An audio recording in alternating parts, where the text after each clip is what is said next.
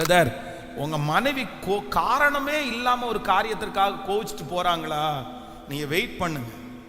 Sister, உங்களுடைய கணவனார் காரணமே இல்லாத ஒரு காரியத்திற்காக கோவிச்சுட்டு போறாரா, நீங்க வெயிட் பண்ணுங்க. நீங்க வெயிட் பண்ணுங்க.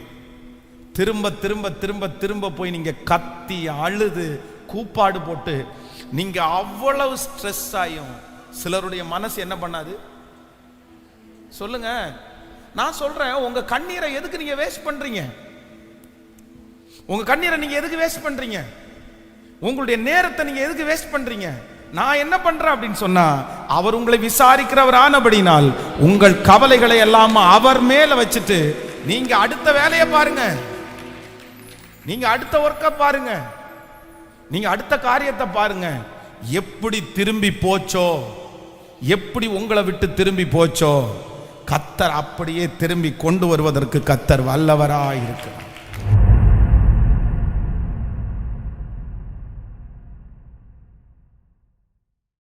உங்க மேல தப்பு இல்ல, உங்க பிள்ளை மேல தப்பு இல்ல. உங்க பிள்ளை மேல உங்க மேல தப்பு இல்லைன்னா நம்ம என்ன சொல்லணும்? நீங்க அமர்ந்திருந்து நீங்க வேடிக்கை மட்டும் பாருங்க. அந்த காரியத்தை கர்த்தர் ஏற்ற நேரத்தில் கொடுப்பதற்கு கர்த்தர் வல்லவராய் இருக்கிறார்.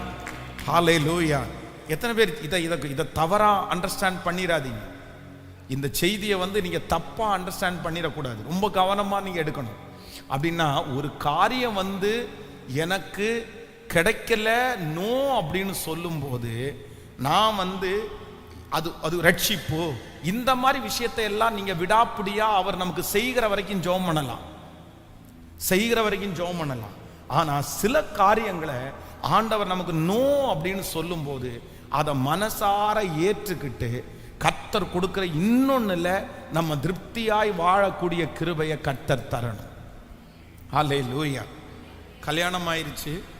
முதல் திருமணம் பண்ணின மனைவி ஒரு ஃபயர் ஆக்சிடென்ட்ல இறந்துட்டாங்க. அவர் ரொம்ப சின்ன வயசு. அவருக்கு உடனே அவங்க அம்மா அப்பா கொஞ்ச நாட்கள் தாண்டி இப்போ இன்னொரு திருமணத்துக்கு ஏற்பாடு பண்ணி இன்னொரு பொண்ணு, அந்த பொண்ணு ரொம்ப நல்லா படித்த பொண்ணு, அந்த பொண்ணு நல்ல குடும்பத்தில் பொண்ணு, அந்த பிள்ளையே இப்போ கல்யாணம் பண்ணி கொடுத்தாச்சு. இவங்க 2 பேரும் திருமண வாழ்க்கையை ஆரம்பிச்சிட்டாங்க.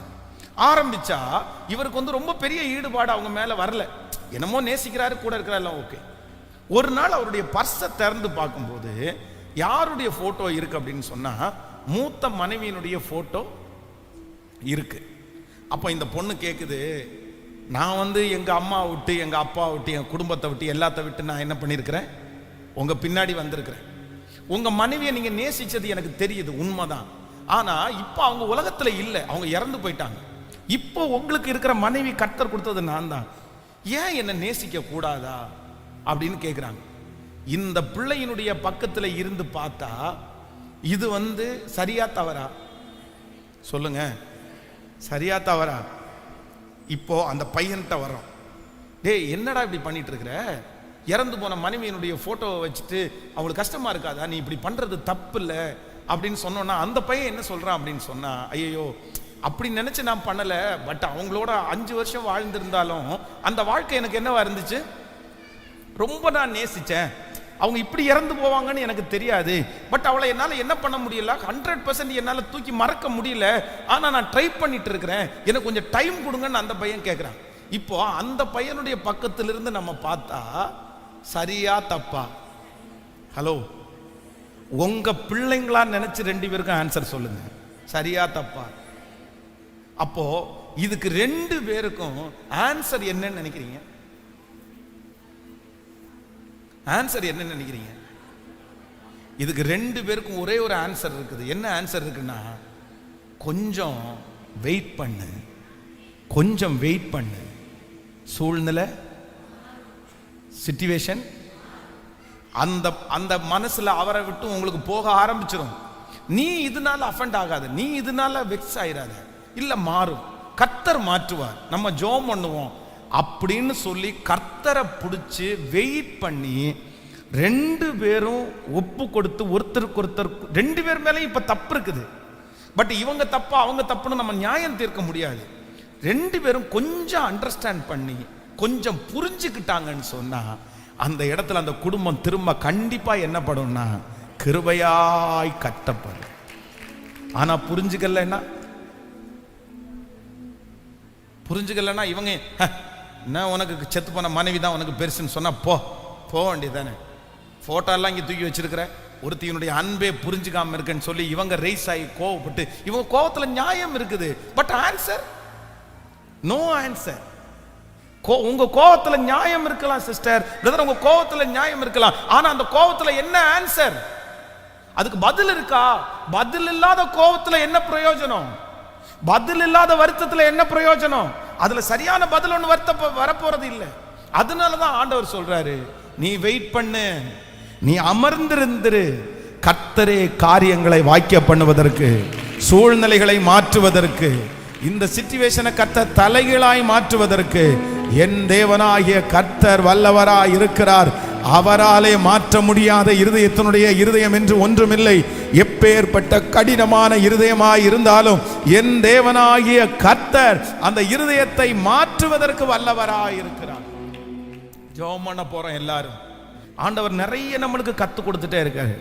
என்ன கத்து கொடுத்துட்டே இருக்காருன்னா, டாடி எனக்கு ஒரு கிருபை தாங்கப்பா, எனக்கு ஒரு கிருபை தாங்கப்பா, எனக்கு கிடைக்காத ஒன்றை விட்டு கொடுக்கக்கூடிய ஒரு கிருபையை கர்த்தர் எனக்கு தருவீராக. ஹல்லேலூயா, ஆமென். தக்காளி கடையிலே இதை ஸ்டார்ட் பண்ணணும். தக்காளி கடைக்கு போயிட்டு நீங்க வாங்கலாம் அப்படின்னு போகும்போது பக்கத்தில் ஒருத்தர் கூப்பிட்டாரு, ஃபோன் பண்ணி பக்கத்தில் போறீங்க, ஃபோன் பேசி வந்து முடிக்கிறதுக்குள்ள நல்ல தக்காளி எல்லாம் ஒருத்தர் புறக்கி கூடைக்குள்ள வச்சுட்டாங்க. ஹலோ, கூடைக்குள்ள வச்சுட்டாங்க. அவங்கள்ட்ட போய் சண்டை போட்டு, நான் தான் ஃபர்ஸ்ட் பார்த்து வச்சுட்டு போனேன், நீங்க எடுத்து என்ன கூடைக்குள்ள போட்டீங்க அப்படின்னு சண்டை போட்டுற முடியாது. சரி, நமக்கு அது வாய்க்கல, அது உங்களுக்கு தான் வாய்ச்சிருக்கு. சரி, ஓகே, நீங்க இன்னைக்கு நல்ல தக்காளி சாப்பிடுங்க, நான் ஒன்று இங்கே இருக்கிற தக்காளியை எடுத்துட்டு போறேன், இல்லைன்னா பக்கத்து கடையில் போய் நல்ல தக்காளியை தேடி பார்க்குறேன்றது தான் நல்ல மனசு. ஏசப்பா அவனுடைய பிள்ளைங்கன்றதுக்கு அதான் அழகு. அங்க போய் கடைக்காரர்கிட்ட போய் சண்டை போட்டு அந்த லேடியை கொட்ட சொல்லுங்க தக்காளியை. இது என்ன? நான் தானே பார்த்து வச்சுட்டு போனேன். அண்ணாச்சி உங்கள்கிட்ட சொல்லிட்டு போனேன்னா இல்லையா அண்ணாச்சி? நான் சொல்லிட்டு ஃபோன் பண்ணி வர்றதுக்குள்ள இவங்க இப்படி எடுத்துட்டு போயிட்டாங்கன்னா என்ன அண்ணாச்சி அர்த்தம்? அதெல்லாம் முடியாது, கொடுக்க முடியாதுன்னு அங்க சண்டை போட்டுட்டு இருக்க முடியாது. ஆண்டவரே எனக்கு கிருபை தாரும், கிருபை தாரும். எனக்கு ஒரு வழி அடையும் போது எனக்கான 7 வழியை திறக்கிறவர். ஹல்லேலூயா. என் நினைவுகள் அவர் நினைவுகள் அல்ல, என்னை குறித்து அவர் நினைத்திருக்கிற நினைவுகள் மிக பெரிய நினைவுகள். ஹல்லேலூயா. நான் நினைத்தது நடக்காமல் போனாலும் அவர் எனக்காக நினைத்தது நடந்தால் அதுவே எனக்கு மிகப்பெரிய வெற்றி. அது எனக்கு நடந்தால் போதுமானது, போதுமானது. ஏசப்பா பார்வையில நீங்க விசேஷமானவர்கள். உங்க குடும்பத்தினுடைய பார்வையில நீங்க அற்பமா தெரிஞ்சாலும், கணவனாருடைய பார்வையில நீங்க அற்பமா தெரிஞ்சாலும், கர்த்தருடைய பார்வையில நீங்க ரொம்ப ஸ்பெஷல். கர்த்தர் உங்களுக்கு ஸ்பெஷலான ஒரு இடத்தை கர்த்தர் வச்சிருக்கிறார். எல்லாவற்றிலையும் ஆண்டவர் உங்களை தான் முன்னணியில கொண்டு வந்து நிறுத்துவார். ஹல்லேலூயா.